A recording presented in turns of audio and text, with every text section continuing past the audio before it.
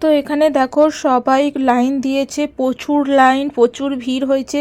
আর এখানের একটা নিয়ম আমি শুনলাম আমার ফ্রেন্ডের কাছ থেকে, যে এখানে নাকি সবাই মানে যারা জল ঢালতে আসে সবাই নাকি গেরুয়া কালারের মানে বস্ত্র পরে জল ঢালতে হয়। যাই হোক, তো প্রচুর ভিড় হয়েছে। আর কোথায় গেছিলাম এটা তোমাদের আমি সেকেন্ড ভিডিওতে বলেই দিয়েছি।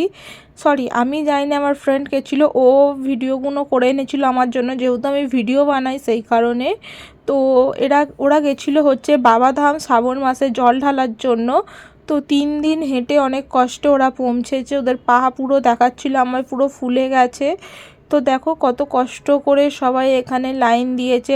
রাত হয়ে গেছে, 10টা বেজে গেছে, তখনও মানে ওরা জল ঢালতে পারেনি। সেই ভোর নয়, বিকেল 4টে থেকে লাইন দিয়েও মানে প্রচুর লাইন আর প্রচুর ভিড় হয়েছিল। দেখো কত অসংখ্য ভক্তরা এসেছে এখানে জল ঢালার জন্য, কাতারে কাতারে ভিড় হয়েছে এখানে। আর মন্দিরের চূড়াটা সামান্য একটুখানি দেখা যাচ্ছে, বাট মন্দির দেখার তো সৌভাগ্য আমার হলো না। তো মন্দিরের চূড়াটা দেখলাম, সবাইকে জল ঢালতে দেখে একটুখানি মানে মনের আশাটা পূর্ণ করলাম।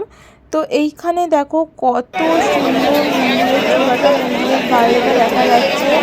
আমার তো দেখে জাস্ট মন ভরে গেল, মন জুড়িয়ে গেল। এখানে যেদিকেই চোখ যাচ্ছে না কেন মানুষের ভিড়, কাতারে কাতারে প্রচুর মানুষ এসছে এখানে, ভক্তরা এসেছে জল ঢালতে।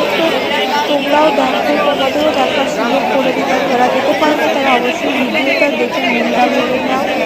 এখানে দেখতে পাচ্ছ এখানে কি সুন্দরভাবে সাজানো আর লাইট চলছে, বাবার মূর্তি রাখা, জাস্ট মন ভরে গেল, মূর্তি হয়ে গেল আমার এটা দেখে। ভিডিওতে না আমি ভিডিও করেও আমি আমার ফ্রেন্ড দেখিয়েছে রিয়েলে। তো যাই হোক, সামনে থেকে না দেখি, বাইরে থেকে তো মানে ফোনের বাইরে থেকে দেখতেই পাচ্ছি। তো এখানে দেখো সবাই দাঁড়িয়ে আছে, পুজো করছে। তো আজকের মতো ভিডিওটা এইটুকুই।